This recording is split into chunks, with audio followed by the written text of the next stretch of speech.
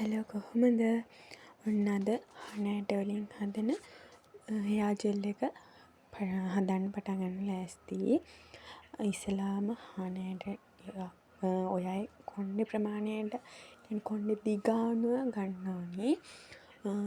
ඒකල්ලා ඒ හනෑට ටික පිරිසිදු භාජනයකට දාගන්න. දාලා ඊට පස්සේ හොඳට හනෑට ටික හෝද ගන්න ඕනේ.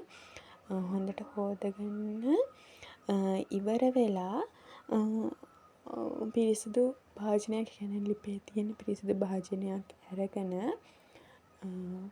වතුර පුරුක් 3ක් වගේ කියන්නේ හනෑටත් එක්ක හනෑට දාලා වතුර පුරුක් 3ක් වගේ වෙන්න වතුර දාගන්න ඕනි. හොඳට මේ කොණ්ඩෙ ප්‍රමාණයත් එක්ක තමයි වතුරත් දාගන්න ඕනේ.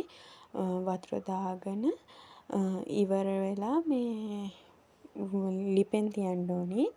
මම ඒක ලිපෙන් තියලා මගේ කොණ්ඩේ හොදගෙන ඉන්නවා. මොකද ඊට පස්සේ ෂැම්පු කරන්න බෑ. මේ තියෙන්නේ විනාඩි 20කට විතර පස්සේ මේ වෙලාවේ හොඳට හනෑට එක තැම්බිලා තියෙන්නේ. ඒ කියන්නේ ජෙල් එක එළියට ඇවිල්ලා හනෑට එක හොඳට තැම්බිලා තියෙන්නේ. ඔයාලට පේනවා ඇති බුබුලු දාලා තියෙනවා. ඒ බුබුලු දාලා තියෙන්නේ ඒ හින්දා. ඔය ලිපෙන් බාලා හනෑට වල ජෙල් එක තමයි අපිට පේන්නේ. ඊට පස්සේ මම මේක මෙහෙම ගන්නත් පුළුවන්. මම මේ හනෑට ටික බ්ලෙන්ඩර් කරගන්නවා. බ්ලෙන්ඩර් කරලා ඔලුවේ ගා ගන්න යන්නේ.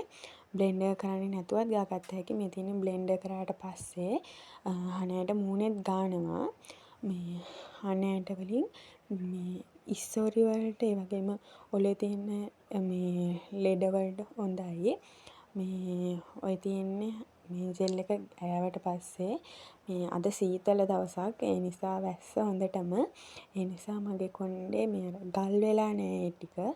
ඔන්න දැන් මම ස්ක්‍රබ් එක හදන්න යන්නේ මගේ. මේකට ඕනේ කෝපි, ඊට පස්සේ සීනි, ඊට පස්සේ පොල් තෙල්. මේ තුන දාලා වතුර චුට්ටකුත් දානවා. දාලා හොඳට කලවම් කරනවා.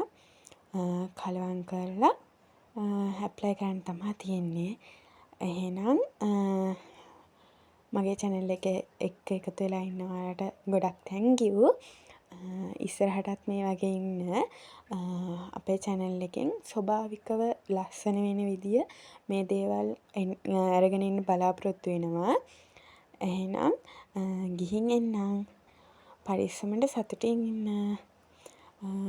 කමෙන්ට් කරන්න, ලයික් කරන්න, සබ්ස්ක්‍රයිබ්